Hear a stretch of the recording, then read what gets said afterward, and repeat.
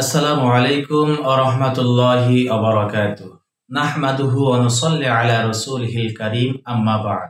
দেশে প্রবাসে যে যেখান থেকে আজকে আমাদের আলোচনা শুনছেন, আপনাদের সকলকে শুভেচ্ছা ও অভিনন্দন। সুপ্রিয় দর্শক ও শ্রোতা, আজকে আমরা খুবই গুরুত্বপূর্ণ একটি বিষয়ে আলোচনা করব ইনশাআল্লাহ। বর্তমান সময়ে বাংলাদেশে আলোচিত সমালোচিত একটি সংগঠন, যার নাম হলো ইসকন। বাংলাদেশ যুগ যুগ ধরে সাম্প্রদায়িক সম্প্রীতি রক্ষা করে ভবিষ্যতের দিকে এগিয়ে যাচ্ছে। এই সাম্প্রদায়িক সম্প্রীতি নষ্ট করার জন্য, একটি যুদ্ধক্ষেত্র তৈরি করার জন্য যে সংগঠনটি উঠে পড়ে লেগেছে, যে সংগঠনটি কাজ করতেছে, সেই সংগঠনটির নাম হলো ইসকন। ইসকন হলো international society for Krishna consciousness. এখান থেকে 54 বছর পূর্বে 1966 সালে আমেরিকার নিউ ইয়র্কে এটি প্রতিষ্ঠিত হয়। প্রথম থেকেই, অর্থাৎ এটি প্রতিষ্ঠা কাল থেকে এটার বিরোধিতা করে আসছিল সনাতনী ধর্মীয় অবলম্বী নেতারা। তবে আমেরিকার কিছু খ্রিস্টান ও ইহুদি নেতাদের সহায়তায় ইসকন প্রতিষ্ঠা করতে সক্ষম হয়। তারা মুসলিম নিধন বা মুসলমান যারা, তাদেরকে কোনোভাবে তারা সহ্য করতে পারে না।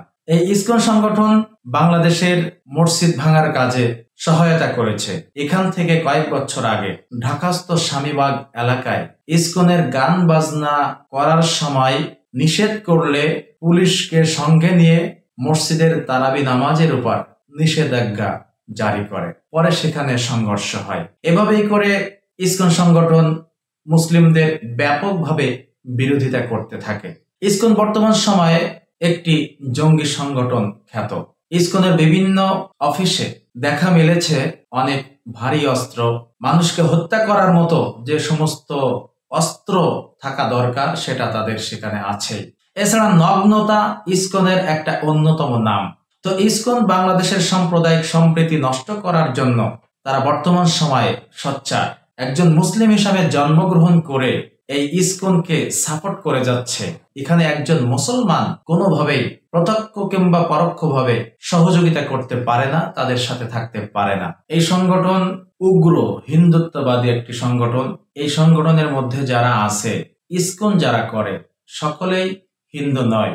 আবার সকল হিন্দুই এই ইসকন তারা প্রতিষ্ঠা করে না, ইসকন সংগঠন তারা করে না। বাংলাদেশের সনাতন মন্দিরগুলো দখল করে সেখানে যে সনাতন ধর্ম অবলম্বী যারা ছিল তাদেরকে তাড়িয়ে দেওয়া, এটা উগ্রপন্থী এই ইসকন এই সংগঠনের কাজ।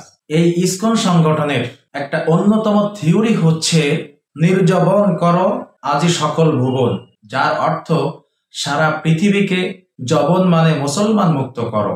এই সংগঠন মুসলমানদের কোনোভাবেই পছন্দ করতে পারে না, তাদের সব সময়ের জন্য তাদের পিছনে লেগে থাকে। অ্যাডভোকেট সাইফুল ইসলাম আলিফ ভাই তার কর্মস্থল থেকে যখন বাসার দিকে ফিরে আসেন, এ সময় তাকে ধরে একটা গলির মধ্যে নিয়ে তাকে কুপিয়ে তাকে জবাই করা হয়েছে। এই কাজটা করেছে ইসকন সংগঠন। ইসকন সংগঠন পৃথিবীর কিছু কিছু অঞ্চলে তারা তাদের সংগঠন পরিচালনা করে, আবার কিছু দেশ তাদেরকে নিষিদ্ধ করেছে। চীন তাদের কার্যক্রম তাদেরকে নিষিদ্ধ করেছে।